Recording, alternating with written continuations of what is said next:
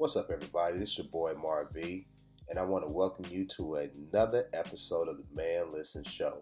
We have a great episode for you today, but before we get into that, let's talk about our sponsors. Today's episode is brought to you by Conversate With Us Radio.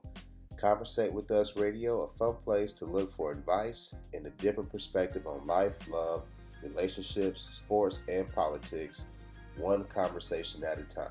Make sure you capitalize the B in conversation. You can find Conversate With Us Radio on Facebook and on Instagram at Conversate With Us. Today's episode is also brought to you by the new album by Tony Emeralds, Retro, R-E-T-R-O, which stands for Raw Elements That Radiate Originality. Check out my man Tony Emeralds and his new release on all your favorite platforms, Google Play, iTunes, Amazon. Make sure you check him out and support the music. That's Tony Emeralds with a Z. So today, we got the normal crew minus one with us today. So let's go ahead and introduce who we got. Arika, what's up with you? How you doing? I'm good. How are you? Oh, everything's good. Everything's good. Ready to hit the ground running for the new year. You know what I'm saying? Lab, how you doing, man? I'm doing well, man. Just kind of like you said, ready to get this new year jumping. All right, cool, man. I'm glad to hear that. So what we want to talk about today is what do we want for Black people to do in 2019? I started to frame this as what I want Black people to stop doing or what I want Black people to leave in 2018, but I'm trying to be more positive about what we do. But there's a few things that I want us to do or stop doing in 2019. So I want y'all to help me out with the list. Y'all ready? Let's do it. Yep. All right. Number one. Actually, we'll do number four. We'll start backwards going up. Number four. I want Black people to stop blaming other Black people for racism. What do I mean by that? How many times have you heard someone say, well, if Black people didn't just buy the kids Jordans and video games, they'd be better off. Or if we had more fathers in the home, we'd be better off. Totally omitting the fact that systemic racism, over-policing, mass incarceration caused the issues that created the fatherlessness that we have in the homes. And as if other communities don't have single parenthood as well. What do y'all think about that, man? It burned me up all 2018 when I heard Black people talk about that. What y'all got to say? Well, personally, I kind of agree with you, to be honest with you. It's a cop-out. It absolves the people in power, or the people that ultimately make those racist decisions. It absolves them of any responsibility. And they're able to also be like, see, Black people say the same thing we say. They think the same thing we think. And so then the people that don't feel that way or think that it actually is racism, they really puts them behind the eight ball, so to speak, when it comes to verifying or having other people acknowledge. I think that's kind of like two separate arguments, though, because I agree that it's a cop-out for people who try to use it to, undermine the idea that racism is prevalent and is a big part of why Black people are in the economic and social position that we're in today. But I also think that when you have people who have limited educational and limited financial resources, they're going to have limited ideas on how to resolve those problems. And so if all you see is, hey, well, somebody needs their daddy voice in the house, and then these kids will act right. I mean, I think that's as far as their thought process can take it. So I wouldn't necessarily say that it's a cop-out. I think that there's a certain level to conscious thinking that some people just can't reach. I mean, if you don't have any idea what systemic racism is, you've never had a conversation about systemic racism or that concept or idea, then that's not something that's going to, make sense to you until you've had those conversations and you put yourself in those circles. So if all you know is that my cousin, messed up because his daddy wasn't around, or because he got involved in gangs and drugs, and it's kind of like a limited framework for thinking. But if that's all you have, if that's all you know, then I don't know. I don't blame them, but I think we should definitely stop doing that. But that's more of a that's on us to educate other people type thing to me. But I think that you have a point there, and I think Lab has a point as well in terms of like people copping out. But I think there are people that definitely don't have an excuse. There are people who are college educated. They got their bachelor's degree, they got their masters, they eat Talenti ice cream and go on go to the Kentucky Derby for spring break and all that. And I hear this type of nonsense from them all the time. Like just the other day, I was hearing somebody talking about NFL players, and they were talking about the names. And they said, look at Javonte and Javontavius, and they were making fun of the names and said, could you imagine if they weren't playing sports? What would their LinkedIn or Monster look like? And whenever I hear somebody black talk like that, I say, now, what if a white person had said those exact same words? Would we be fired up? Would we be mad? So what's the difference when a black person says it? We talked about, for a lot of people, they say upper class black people are just as bad as white folks. And I want us to have a little bit more compassion for people who are not as fortunate as us when we talk about scenarios that happen to the black community. It's not always, yes, there are some family issues that we can control, right? But I definitely think that we need to think more critically about the things that happen to us and why they've happened to us, so that not only can we try to change it, but we can ask those who have the power, our elected officials, to put things in place to help us make a difference. But I think that, like the quote that says, a child only educated at school is an uneducated child, I think that kind of applies to some of those people. Because I didn't always think the way that I think now. Like, I wasn't as socially active. Like, my mom was just like, just go to school.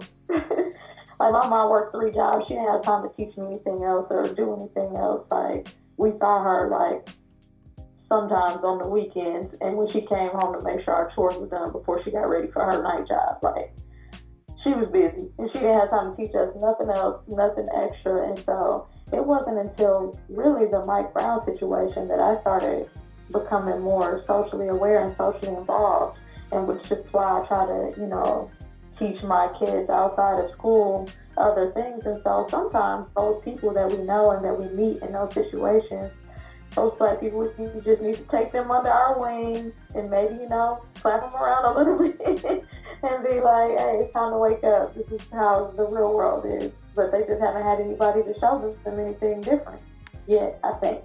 But check this out, though. That's a good point. You're right. Sometimes we fall back on what we know and what we were taught. So there are people that are, like you said, more college educated, but if they came up in a certain situation, they're like, hey, I turned out fine. I'm going to raise my kids the exact same way I was raised. And so sometimes that can be where the disconnect comes from as well.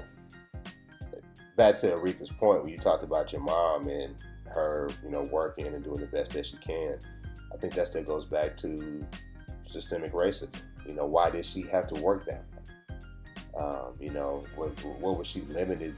How was she limited in terms of, job opportunities, wealth creation opportunities, education that she wasn't able to get, that could have got her into a better position to where she could not have to work as hard and spend more time with y'all. And I think that's a lot of people's story. I look at my family. I look at my 3 brothers who grew up in a much different time than I did. I came along almost a decade after them, and my mom was in a different place. She had to work, she had to grind, she had to hustle to provide for them, and a lot of stuff slipped through the cracks. And I'm not trying to throw my brothers under the bus, but it's just the way she parented them was different than she parented me, because she had more stability and she had more time to do the nurturing and the teaching at home, like you talked about. And I think that's a situation that a lot of us are in, and it all goes back. It all goes back to that, the wealth that we have, the wealth that we don't have, and the economic and the environmental conditions that a lot of Black people live in that cause these issues. And I just think that for people who are like us, who have some sort of knowledge or have the ability to gain knowledge, to just be lazy and say, hey, it's those Black people's fault. It's little Raheem and Shaquita's fault because she ain't got no daddy, and the mama is too busy twerking and all that type of mess. When we know that's probably a wholesale lie. So that's what I really want Black people to stop doing.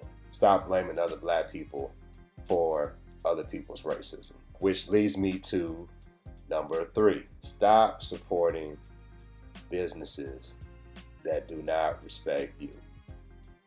And those two come tied together, right? Because we talked about it often. When we see something, often this year. Yeah, when we see something that has happened to one of our sisters or to a brother. We talked about the Waffle House, right? What was the young lady's name? Shakisha Clemens. We talked about the sisters at the Asian beauty-owned stores. Starbucks, right? How Starbucks did the brothers up in Philadelphia. Plenty of us were able to make a stand on principle, but I saw a lot of people who just, for whatever reason, felt like it didn't make a difference. As if respecting yourself and respecting where your dollar goes doesn't make a difference. And I just don't know how we can reach people to get them to be more aware of the power of their dollar and where they choose to support and how they choose to support people. What do y'all think? I think that's a tough thing to do because most people are addicted to brands. They're addicted to whatever it is they're already accustomed to. So if that's my hair shop, then that's where I go. That's where I get my deals. Then that's where they want to go. If that's my grocery store or whatever, what have you. People get set in their ways, and they're very, very resistant to change, I think. Hey, See you, what's up? what's going on? I I was just going to text you and tell you I made it. Okay, so there, for the listeners, we got one of our cohorts who was on CP time, you know what I'm saying? But I didn't know we scheduled a time. I was actually going to text you. I was running to the store. I was running to Walmart real quick, and then I was going to run to see if the gym was open. yeah, she was running to support the colonizers. She couldn't come support the people, you know what I'm saying? we talking about supporting Black business, and here you come talking about I'm about to go to Walmart, Starbucks. Then I was gonna go buy. No, I wasn't going to Starbucks. I was going to Hey, look, she's gonna get her some pumpkin loaf. Then she was gonna go and No, I'm allergic to pumpkins. Black people can't eat pumpkins. Oh, listen at you. Okay, all right. But go, Enrique, go ahead and start from where you were at. I'm sorry. Okay, I think that a lot of people do what they do out of habit, and so sometimes it's about getting people to learn to change their habits. So if they were already, set in their ways about going to a certain store or shopping at a certain place or eating at a certain restaurant, they're going to continue to do that unless they develop different habits, which is hard for a lot of people to do. And so I think that educating them more on changing their habits and the importance of changing their habits and developing, alternatives for them to what they're used to is the only way that they're really going to stop patronizing the stores that disrespect them. And I try to be reasonable when we talking about, hey, listen, we can't support these stores that disrespect us, disrespect our women, our children. But then I think about it, I have options where I live. I can drive past. Like, I don't drink coffee, but if I was a coffee drinker and I didn't want Starbucks, I could go to 2 or 3 other places and get some coffee. Right? There's alternatives that I have. But I look at some of the neighborhoods where a lot of these situations happen, and some of those people, they just don't have the options. If there's one corner store, we talk about those food deserts, right? And so if there's the Asian-owned or Arab-owned store, that's the only place you can go to, get your groceries or whatever, what options do they have? I mean, I can choose not to go to Walmart and go to a Kroger or go somewhere else to try to get the things that I need. So I try to be reasonable, right? But I think that there are options that people have for a lot of situations. Like, for example, in New York, we talked about there were some sisters who were in the Asian-owned nail salon. And something happened. They messed up with the sister's service, and the sister said, I don't want to pay for the service because it's not what I wanted. And they started attacking them, throwing acetane on them, and doing all that type of stuff. And thankfully, a lot of people in the community came and stood tall. A lot of brothers stood tall. A lot of sisters said, hey, listen, we don't want you here. You're not going to do our people like that. But there's still folks going in there. There's still folks going in, hugging on those people, giving them their business, all because maybe it's a cheaper rate or something to that degree. I would rather do my stuff at home. I don't do my nails, but I'd rather do my nails at home than support the people. Glad you about to clown, man. But go ahead, man. What you got to say, dog? No, I'm not gonna clown. I agree with that. Exactly what you were saying to an extent, though. Okay, so in my viewpoint, not only do some people not have access to other resources, but I think for the most part, everything we're talking about as far as racism and systemic racism, it all comes back to financial. So what price are you willing to sacrifice away from your ultimate goal of attaining more financial freedom or more wealth on the sake of principle? So say this business over here has a significantly cheaper rate, but they're not treating you right. This business over here, and it's something you need every day or every other day. It's a much higher rate, but they treat you right. Which one would you go to? Or what's the percentage? I don't know if we're the percentage, but what is the premium, I guess you would say, that you would be willing to pay for the sake of feeling better about where your money should spend? You know what? That's a good question. See, what do you think about that? We're talking about things that we're not doing in 2019. Things we want to encourage Black people to do in 2019. And number 3 on that list is stop supporting businesses that don't support us. So Lab made a good point. I mean, oftentimes there is a premium that you have to pay to support Black businesses. And I've heard people say different things. They call it a Black tax, right? They say it's a Black tax doing business with Black people. Me personally, I'm willing to pay that because, number one, I talk about it all the time. I try to lead by example. I try to look at everything that goes into running a business and all the factors that come into play in terms of how other people are able to align themselves together to be more unified so they can survive, harsher economic conditions. And, we, unfortunately, we're just not there yet as Black people. But I do understand when people say, hey, listen, it's competition. And if the Dominicans are doing my eyebrows for $25, why would I pay $40 to support the sisters?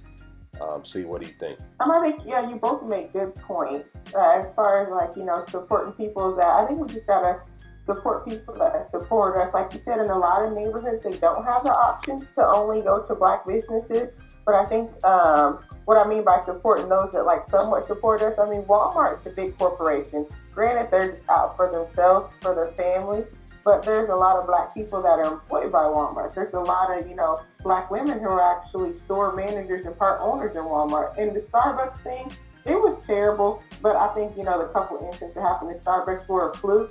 There's a Starbucks in Kansas City, Kansas, over by Shawnee Mission, where it's predominantly, Black people working there. There's a Black manager. So I think I think it's hard for people to avoid those things that are just so big. But the mom pop shops, the Asians that have the nail places, or that own the hair shops, those are the ones that Black people really got to avoid. We have to stop giving them our money, and I think it is hard. So I think those Koreans go and set up shops in predominantly Black neighborhoods, and they collect all the Black money, but they won't spend $1 until they get out into their neighborhoods.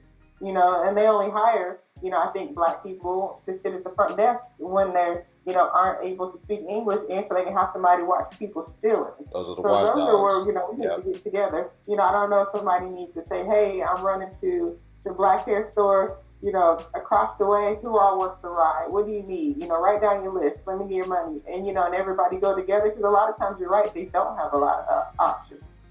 And then a lot of times people are just ignorant, like the nail shop in New York. Like, I don't know what city that was in New York, but I would find it hard to believe that that's their only option. Right. And I think that shows like the Man Listen show, other media outlets, we need to take it upon ourselves to try to educate our people more on how to follow through with this type of action. Instead of just saying, hey, listen, stop supporting those Asian-owned beauty stores. We need to educate them on all the tactics that they use, right? Because they are honed in with the government. There's a reason why the Koreans got the hair and the beauty supply on lock. There's government backing. There's different laws. I mean, we'll put the article on the Facebook page, on our Twitter, so that people know what it's about. But it's not just happenstance. They didn't just come here and do it on their own. They had government assistance, government from where they came from in Korea, and government help from the United States as well. And they work together. For example, in Tulsa, we talked about in Tulsa, there was the owner of a store, I think it was called Jins, Jins. There's a movement right now in Tulsa called Shut Down Jins, where the owner came, he thought that the child was there was a woman in the store with a child walked out with some candy. The lady found out afterwards, hey, listen, yeah, he did walk out with the candy. It was a baby, right? Babies do that stuff. So she gave it back to the owner, and he wasn't satisfied with that. He ended up punching her in the face. So there's been a boycott going since that's happened. This happened during the summertime, right? And there's been black men, black women in the Tulsa area who have been shutting down that store, trying to shut down that store. So I went and I talked to the people, donated money, tried to help them, because those people are sitting out of work. They're boycotting 24/7, trying to turn people away. They're doing the right things. They got paperwork saying, hey, here's other options for you. But I talked to some sisters, and they said, hey, listen, I'm still going I just go to the location across town. That location is still owned by Koreans. And do you think that those people aren't linked together? And what they found out was the people who were across town were upping the price of the products that the sisters were buying so that they could subsidize the dude that was being boycotted. You see what I'm saying?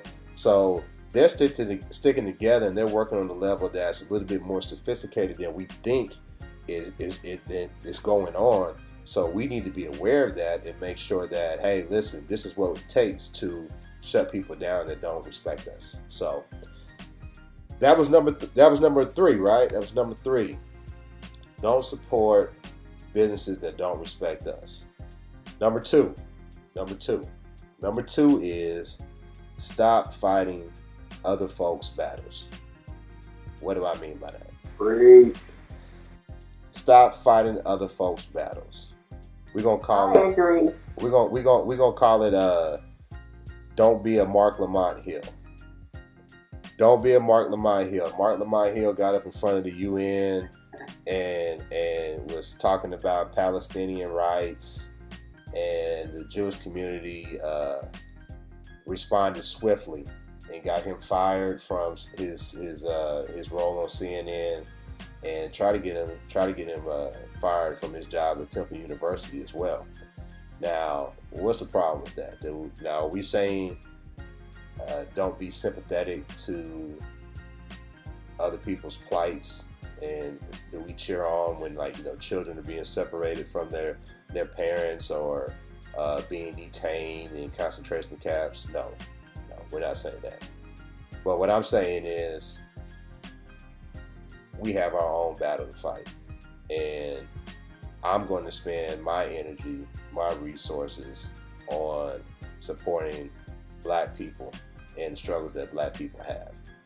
And the reason why I'm going to maintain that focus is because I don't see anybody from any other communities working with us.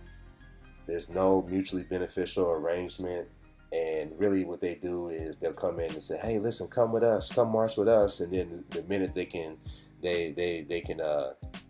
toss us to the side or join with the others, join with the oppressors to exploit us, they do that. So in 2019, we won't be doing the Marc Lamont Hill. We won't be fighting other folks' battles. Arika, what do you think about that? I'm all for fighting every battle. I think that there's strength in numbers and there's strength in unity, and I would rather lead by example than follow other people and what they do, because I think that, especially when they were trying to build that pipeline over the Indian reservations and stuff like that, that impacts them directly now, but it impacts all of us. And that fracking and what they're doing to the water and stuff like that, that's something that we need to stop on the front end, not when it's down knocking on our door. And so I think that there are some battles that we need everybody to stand against. Me, I'm a huge proponent for the environment because I just, I love nature. But I think that when there are things that are important to everyone as a whole, then everyone needs to stand up for it.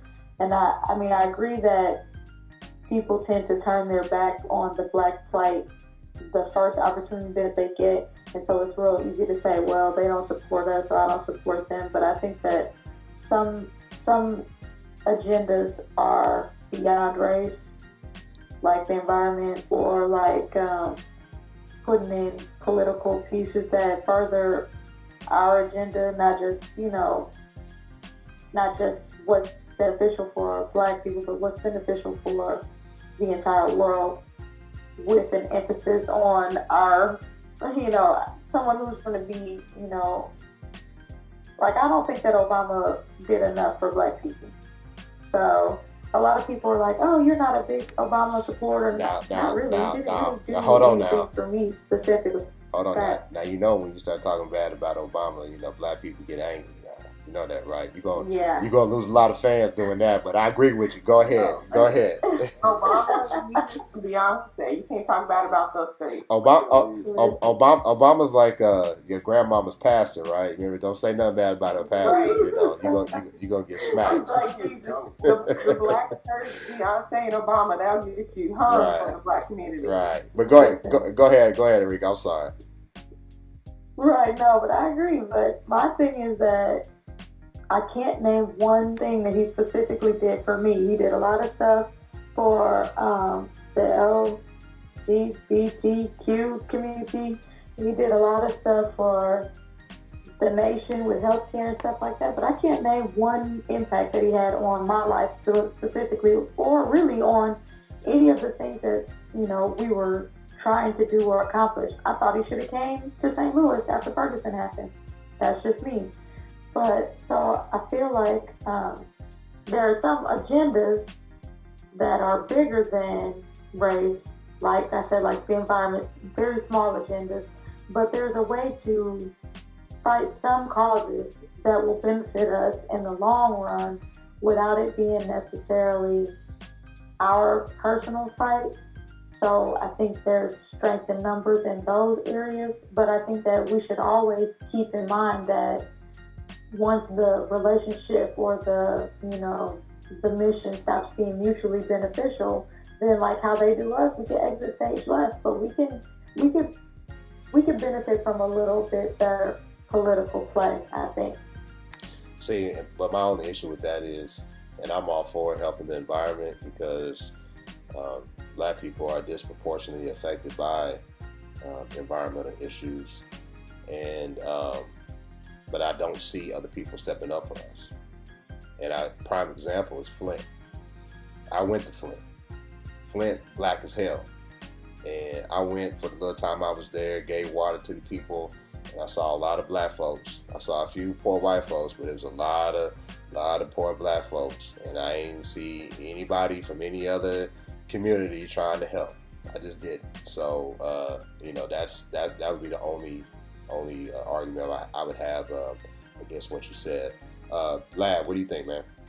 I tend to agree with pretty much what you said, Mar, when it comes to the racial aspect. speaking of Mark Lamont Hill, that was pretty much directly having to do with races and over in Asia, or I guess it's not Asia, Europe, the Middle East, whatever you want to call it. But when it comes to things like environment, healthcare, education, things that everybody can rally behind, definitely we need to partner with as many people as we can. But when we're talking about sticking our necks out for other races and other people who don't reciprocate that might pull back. That's on you. I'm sympathetic to your cause, but you're not going in the back for us. You're not on the front lines for us. You haven't said a single thing about the way American blacks are mistreated. Then I can't ride with you. Yeah, I agree. You're on your own. You said it right. See, what do you think? I was just going to say the same thing, that Lav said, and that, and I agree with what you said too. I'm just not down for writing for everybody's cause. Because like I said, when it comes to like the feminist movement and the LGBT community, they are so quick to like try to bring black people with them to try to fight. But then when it comes to a situation that, like police brutality or, the situation that happened in Ferguson and the situation in New York and California, like I never see anybody else, down to help us, especially the feminist movement. And I get what Arika's saying about, if it's something that has to do with the environment, it's going to affect all of us. And I do get that, but at the same time, I haven't seen like a group of Native Americans anywhere, like, standing up fighting for black people. Like, they're right there close to Flint in Michigan. They're not hopping over, supporting them and talking about let's, take care of this all at one time. I think as far as seeing anybody, how if I may see like one or two people outside of the black community stand up and say something. But to me, that's just not enough. I'm just not running to fight everybody's battles. If I go to fight one, they're not standing behind me. Yeah, because when you talk about the LGBTQIA community and the feminist community, that's too many letters. They need to narrow that down. Look, hold on. We try. Look, I ain't strong enough to fight them off just yet. I don't want them to try to Kevin Hart me. Y'all already talking bad about Obama. Yeah. We got What's IA? Where the IA come from? It's something. It's LGBTQIA, like intersexual, asexual. Don't give me the line. Asexual. So it's. I expect people to keep up with that though. It's. But you know what though? But here, check it out though. So I'm big on. I follow Yvette Carnell.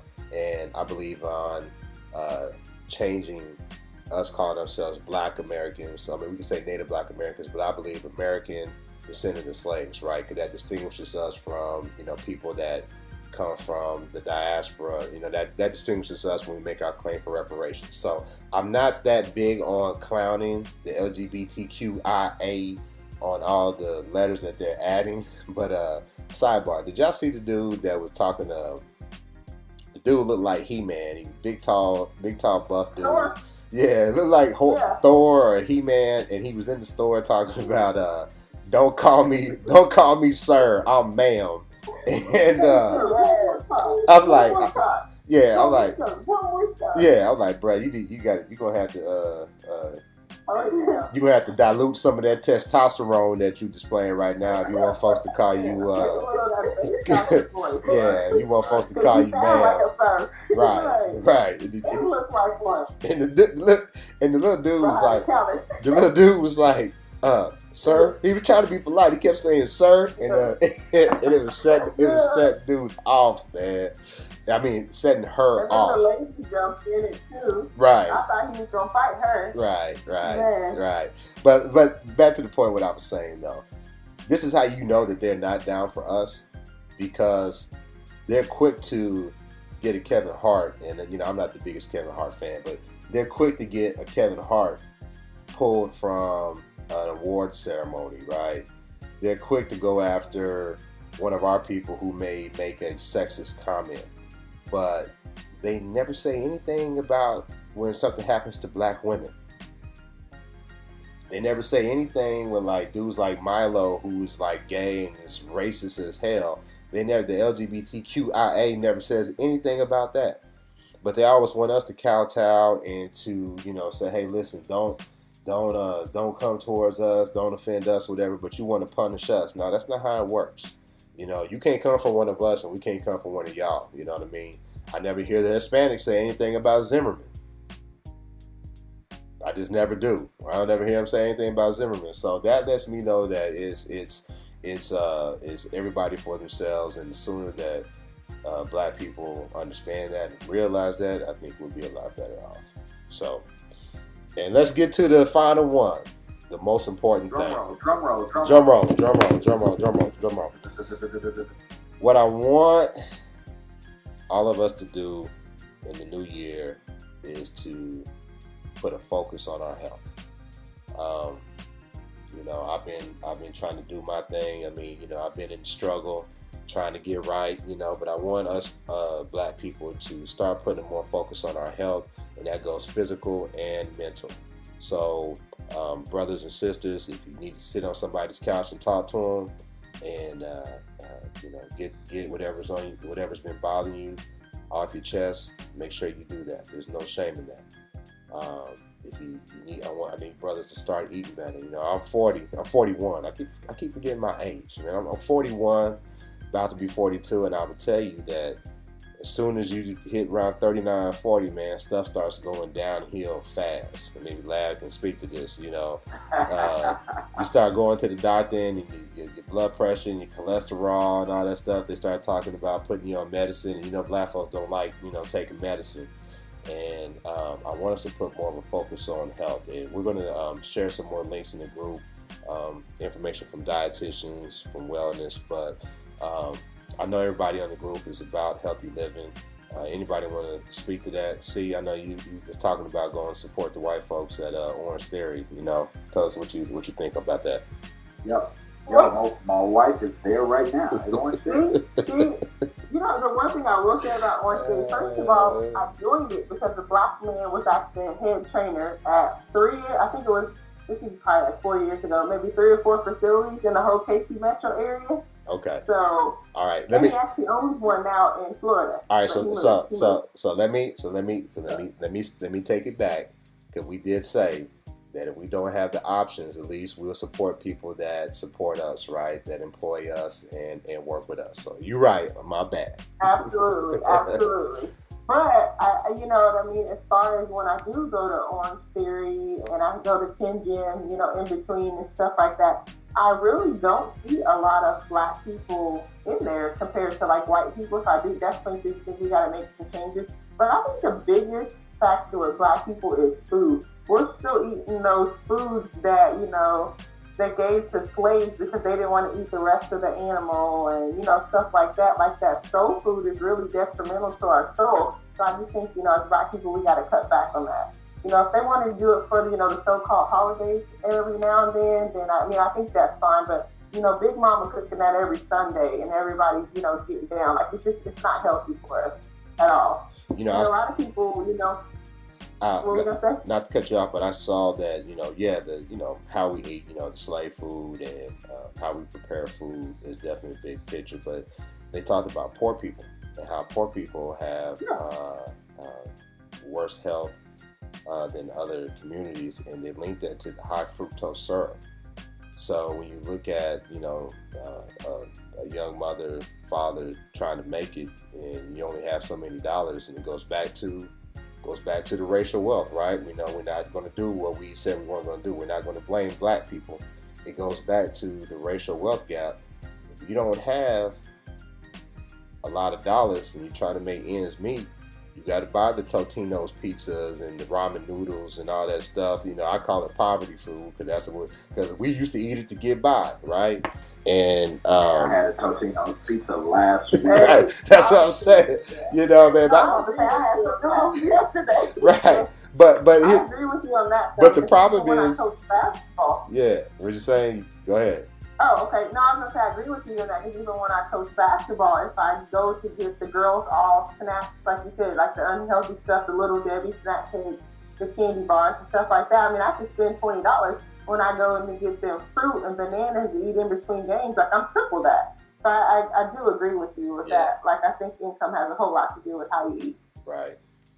Lad, what do you think, man? Lad, you've been doing good, man. We've been seeing less of you, man. You've been doing the right things, trimming down. What do you think about this, man? Man, I definitely agree with you, man. That's huge. The eating and the working out, because not only just the general health, but like you mentioned, the mental health, man. There's an aspect of mental health that I think is really exclusive to Black Americans, because we have so much of the back history of the United States that trauma. we have to deal with in our everyday lives. It's trauma. It's trauma. And it's what it is. Every day, nobody else has. At times, we as Black people even understand that.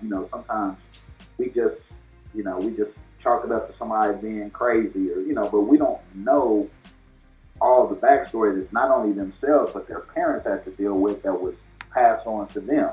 Are their grandparents in Mississippi or Louisiana or Alabama, the things that they face, so they taught their kids that respond a certain way, which in turn was passed down into them, and it's continually being an unhealthy cycle mentally for Black America. That's huge, man. I have a friend that I work with.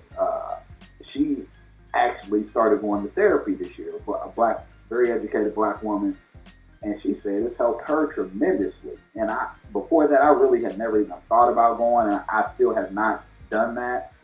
But I think sometimes you do just need to just get out what's in your head to somebody else, who can maybe help you get through some of the issues that we have.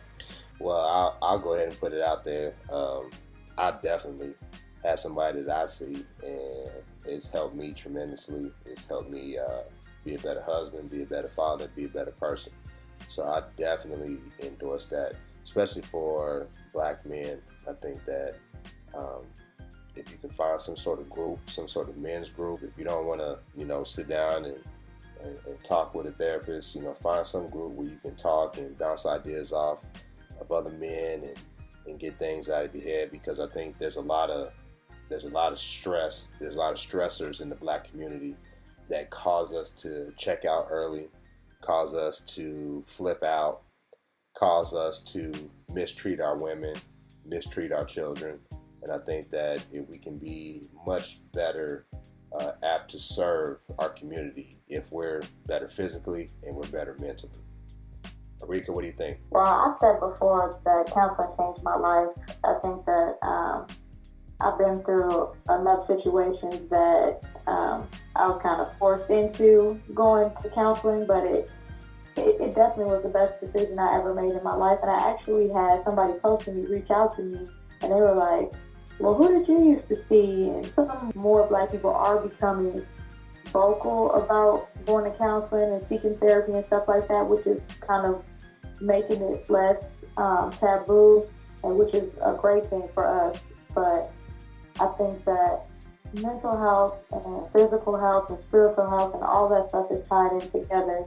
And the more we talk about it and the more we explore it and the more we kind of try to help each other along the way and reach out to each other, the better. Because even just how your circle is. So a lot of people don't know this, but attorneys have like a super high rate of depression and suicide. It's really hard to take on other people's problems. So for me, like, I've had a rough 2 weeks, and it's like when you make a mistake, somebody could go to jail or lose everything, or you know what I mean. So it's really hard for us to allow ourselves to make mistakes or to be comfortable making mistakes. And so there are programs and stuff that they have for attorneys, because apparently, I guess, suicide is a big issue in our career field.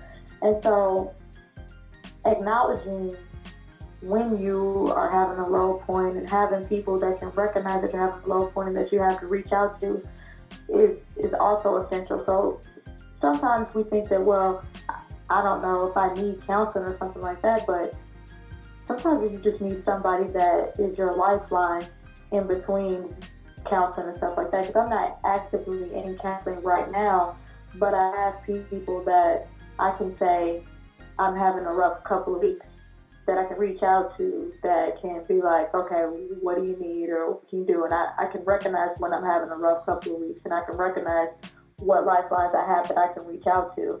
And sometimes that's just as beneficial as having a counselor or someone that you can go to.